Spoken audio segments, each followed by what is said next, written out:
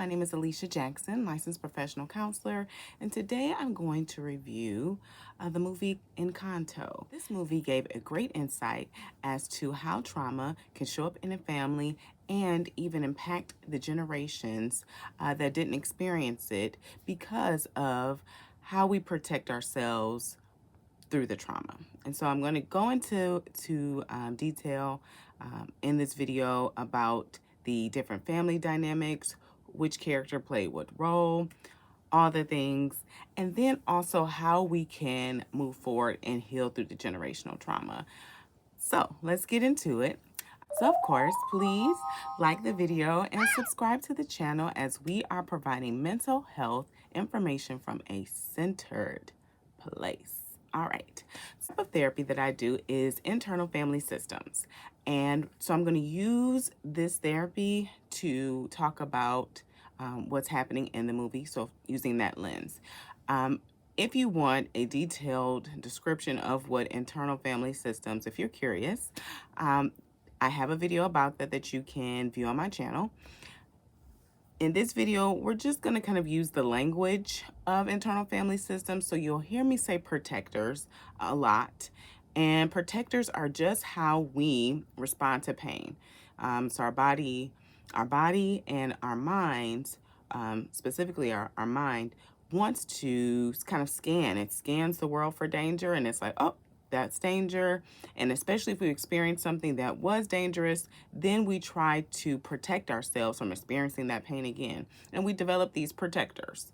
And so we see these protectors quite a bit during this watching this movie.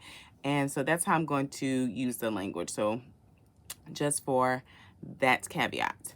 But as we see the movie, as it starts, we're kind of introduced to this family through young Maribel, as Abuela is telling her the family story of where the magic comes from and how they receive this miracle of magic. And as this is the day that Maribel is going to receive her gift. And so we find and we learn a part of Abuela's story, not all of it, but we learn that Abuela and her husband and her 3 little babies, triplets, had to flee their home because of pillagers and violence that was happening in their village, and even other members of the village were seeking shelter with them. And Abuela's husband sacrificed his life in order to protect the life of his 3 children. He realized that his family was the most important thing to him. My little belief is that is what helped to cause, and that was like his gift to the family of having this miracle, right? And so, no, Disney didn't say that. That's just my little hypothesis, but take it or leave it. So we are open to this, and then to this dynamic and this family of wonderful characters, and how this miracle built a wonderful house named Casita and this beautiful village for the villagers to live in. Okay, so let's first talk about generational trauma. So the event that Abuela described of her husband being killed, she witnessed that while holding her 3 children. It's definitely a traumatic event, and so she experienced that. And even though her children were infants, they also experienced that as well. And as she was coping and dealing with the death of her husband, she was also in a place where she had to parent and guide this village on her own. And so she used some tools, and she used some protectors to help her manage this in the best of her ability, right? But we also see how that affected her children and then her children's children. And so even though her children's children, her grandchildren, did not experience any trauma at all, they were not present, they weren't even alive, they are still living in the system of those who did. And so they are developing those same protectors themselves in the way that they navigate and engage with each other and also engage with themselves. So let us talk about first some of the family assumptions or agreements that we see in this family. Interesting dynamic that happens in this family because Abuela is the head. She is the matriarch of the family. And there are two sets of families living in this home, but she is the head of the home. So one of the assumptions of the families that are living in this home is that everything is well if Abuela is happy. That's definitely one that you see. Also, we see that there are many secrets in this family. One namely Bruno for sure, but there are some big family secrets in this family. Denial. Denial is also a huge assumption and agreement in this family. Everything's okay. Everything's okay as long as Abuela's happy. And we see this so much. We see Isabella wanting to please Abuela by marrying somebody she doesn't want to marry. We see the stress that Luisa's putting on her. We see Luisa putting all this pressure on herself to be strong and be useful to the villagers and to Abuela. And I feel like Abuela has either indirectly or even directly communicated to her that this is her duty in order to keep the villagers happy. Okay? So we see a lot of denial. They don't even talk about Bruno. He's not even a part of the family, and that's okay with them. Even though we see that certain members of the family are not okay with it. Julieta, she's very open about talking about Bruno with Maribel in the movie. Julieta, she is kind of a outlier because I believe because of the role that she plays in the family. But we'll talk about that a little later.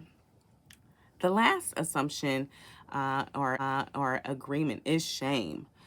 Abuela indirectly communicates this specifically to her grandchildren for sure, as she is truly concerned about the miracle being sustained in her family, that she praises and exalts them. She gives them, she says she's proud of them and that their gift is just as special as them. That's kind of the language she uses when they receive their gift.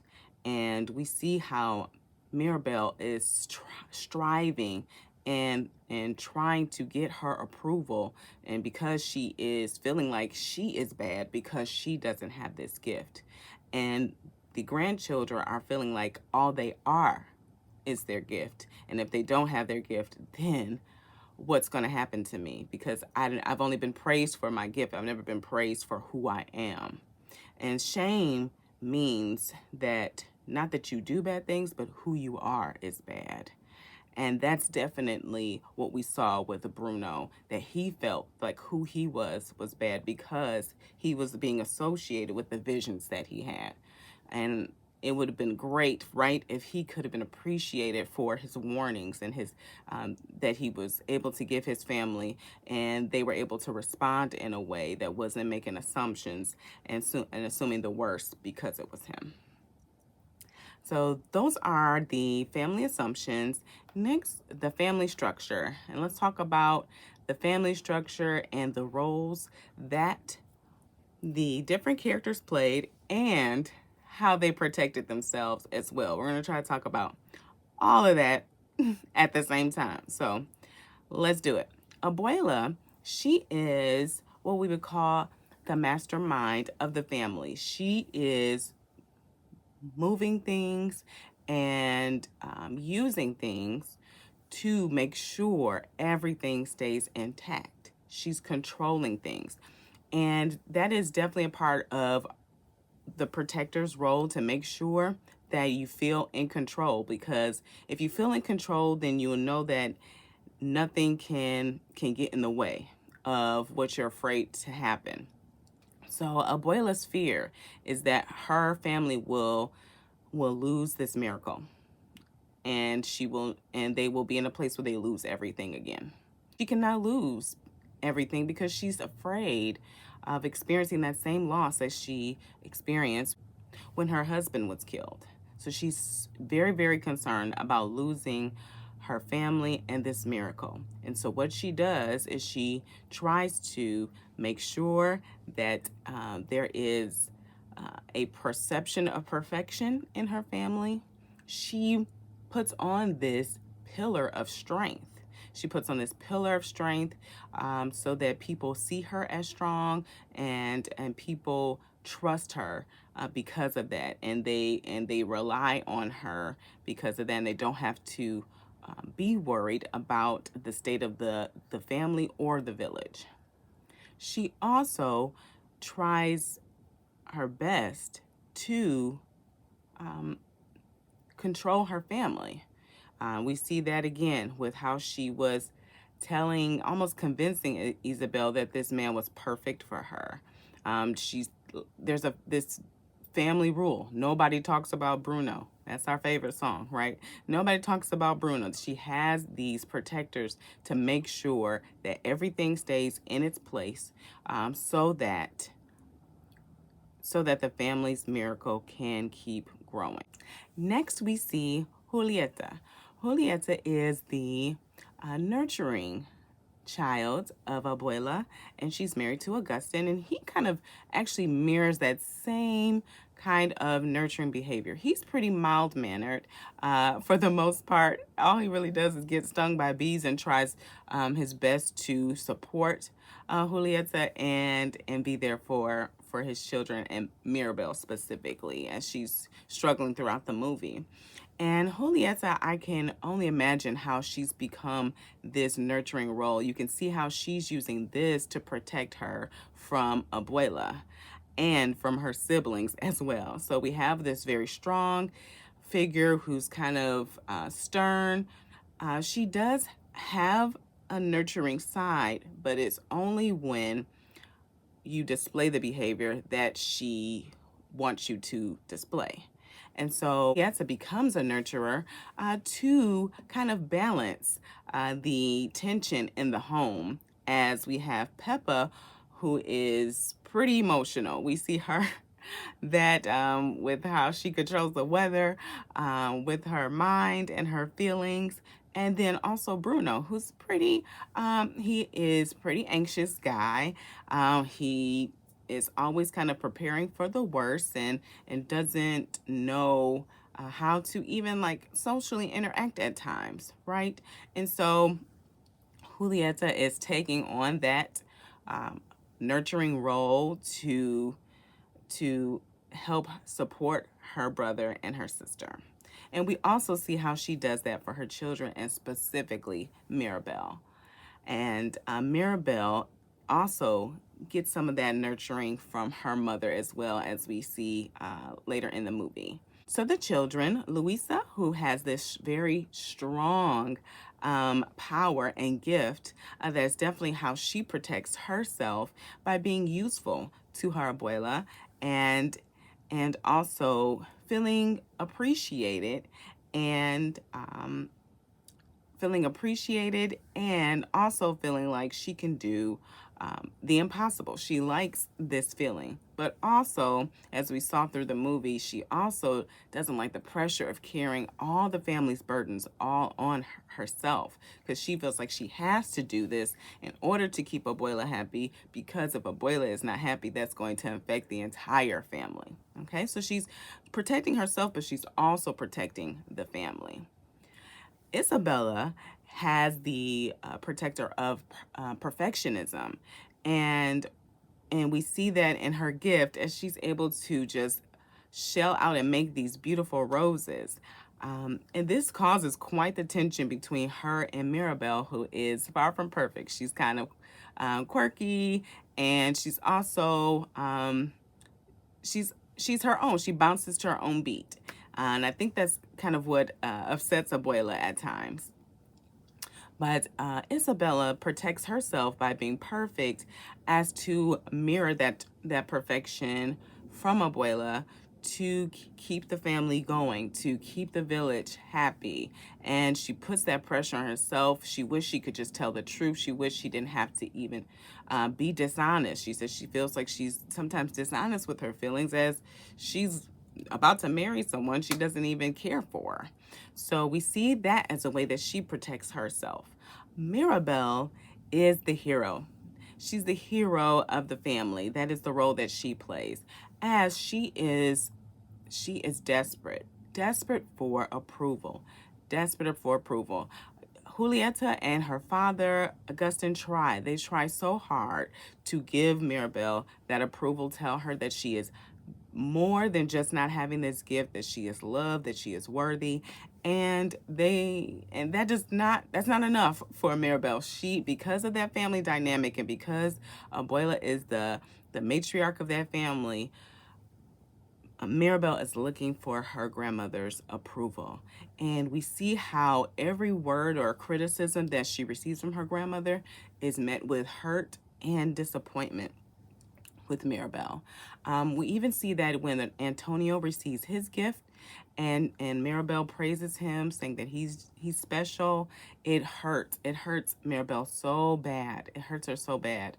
But we see where she is. The hero's very self-sacrificing, and we see that in her relationship with Antonio, as he was scared to go up the stairs to get his gift. He asked her to come, and she agreed. She agreed to comfort him because, again, she felt she will do anything to save her family or anything to serve her family. As I also believe that is some of the spirit of her mother that she also received. And with that, though, she put herself in a situation where she is now being re-triggered by her trauma of not receiving the family gift or not receiving her gift. And so she's reliving that while also seeing Antonio get his gift and get his praise from Abuela that she so desperately wants. She wants to make her family proud. She wants to make her family proud. She says it so many times, and she's willing to do anything, climb a million stairs, swing across a cave over a rope with a rope. She is willing to do anything, to save her family, and we see that. It's her tenacity to do that really helps her family and helps Abuela to see how much she's hurting the family. So the next family within the family unit is Peppa and Felix and their children. Peppa is playing the dependent role. She is very emotional, and she does not, well, I won't say I did see moments where she was like trying to calm her nerves, but the person and the people who are most responsible for managing her feelings are Felix, who plays this enabler rescuer role. He is truly, truly in love with Peppa, while she is upset about the fact that on her wedding day there was a hurricane. Felix is just happy and that he met Peppa. He loves her dearly. Camilo, their son, is playing like the mascot entertainer kind of role, and we see that he's a shapeshifter. That's his gift, and he is adding like comedy in so many different times in the movie just to release the tension that's happening in the home.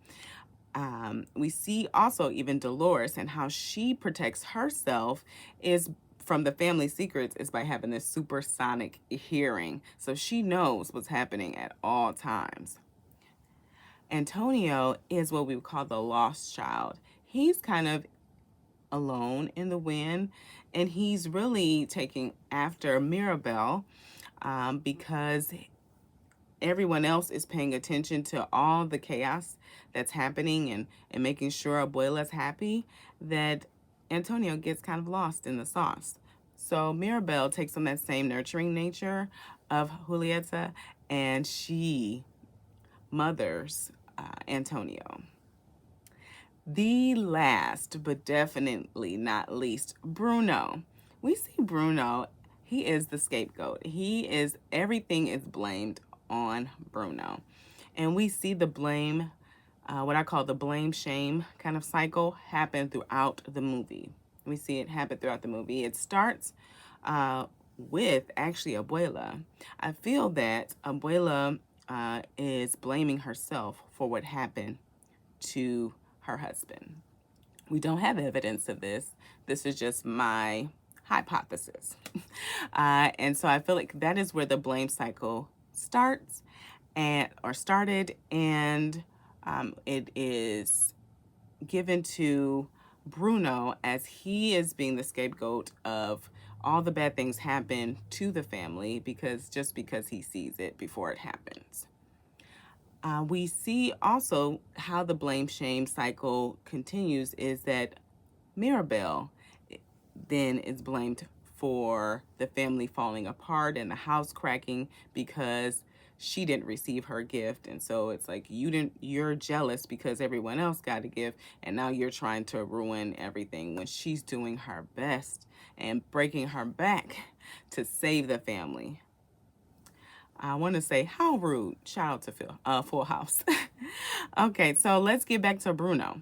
So Bruno is the family scapegoat, and we see how he protects himself. He has some compulsive behaviors he does. He's knocking on wood a certain amount of times. He's throwing salt and sugar over his shoulders. He even has some alter egos. He has two alter egos that he talks about briefly, if you remember. Where Maribel is asking him, "Are you trying to patch up the walls in the house?" He said, "No, I could never do anything that good." And then he begins to describe the person. The one part that is, the one character that he made up that is patching up the work, and then the other one that makes the plaster to patch up the cracks in the house. The other way that he protects himself is through isolation. There's definitely a part of him that believes the shame that was placed upon him. And so he even doesn't want anyone to be close to him or connected to him. He wants Maribel to stay far, far away from him. And he himself, he tried to protect Maribel by leaving. He said, well, if I go away, maybe Maribel will be okay. And so we see how both of Maribel and Bruno are able to connect because they have experienced that same pain. They're like what we would call like trauma bonding because they both received that same ridicule and shame from Abuela, and they're able to connect with each other through that, to the point where he even, as the end of the movie, when Maribel leaves the house after it crumbles and she has the argument with Abuela, he fights himself to come out of his tower to defend her, saying, and take the blame for it. He said, well, just blame me. I'd rather you blame me than blame her. So he definitely believes that he is the problem. So let's talk about the ending of this movie because it's really, really important. It's truly a part of, again, the type of therapy that I utilize, and I believe how we can work through generational trauma, heal, and understand each other. How we find compassion. It's definitely through curiosity and clarity. There's a lot of assumptions that people made through this family, and we talked about earlier. And once people start talking after the house crumbled because of the big argument between Maribel and Abuela, then we noticed that there is a conversation. Finally, there's a conversation between Abuela and Maribel. Abuela shares the full story of what she experienced going through the tunnel and trying to find a safe place for her and her family, and how Abuela and her husband met, and how they were starting a family, and they had built a family for each other. We see the house with the 3 cribs, and they were so sad to leave it because they're like, now where are we going to go with? And we just had these children. She just had children. She just gave birth to triplets, and she is walking through this waterous cave trying to find shelter, and her husband is killed. And then they received this beautiful miracle, and she stated, and she took accountability, and that's the first step. She took accountability for how she got so focused on the miracle that she lost sight of her family. And it's so important for her to own it and take accountability for it. Unfortunately, it doesn't always happen in families, but it was so great to see that in this movie. And then we also saw where Maribel had compassion towards her grandmother for her experiences and what she went through, and how she was so afraid to lose everything because her husband was killed, and how everything was on her. And so she had compassion and she forgave her. And that is the key. That's the key to how we heal through this generational trauma. 1, having accountability. 2, having compassion. And 3, forgiveness. Because we're not perfect, and that is definitely the message of the movie. We are not perfect. There's no perfect grandmother, there's no perfect parent, and there's no perfect child. But if we take accountability, if we're transparent about our flaws, and we have compassion and understanding and communication and clarity to hear our stories, that's how we learn, and that's how we grow to forgive. And that's also how we grow to release some of these protectors. It was so awesome to see how the donkey was serving Luisa in her hammock. She got to rest. He's like, don't you pick me up? Take a seat, take a load off. And Isabella was just having a ball, creating these random flowers with these beautiful colors, and she didn't feel the need to be protected. Dolores got to connect with Isabella's boo, because that's what she really wanted. And we saw where the family was growing to not just praise the gift that they received, but just praise each other, just accept each other for who they were. It was an awesome story, an awesome ending. Hopefully, this can be a mirror for how we can learn to shift, how we protect ourselves, and get a glimpse to see ourselves. So I'm really interested to see what role you feel that you play in the family. Let's have a discussion. And you can put in the comments, what role that you feel that you play in your family. What insights did you learn from this movie? What did you see that you want to do differently? And how can we as family units continue to have conversations about these secrets? I think there is an appropriate time to share them. We saw how Abuela didn't share that much with Maribel while she was a child. But I also feel like at some age it can be appropriate to start to share some information, so that she can know about her family, which is also going to give her direct knowledge to her identity and who she is. Thank you so much for listening and watching.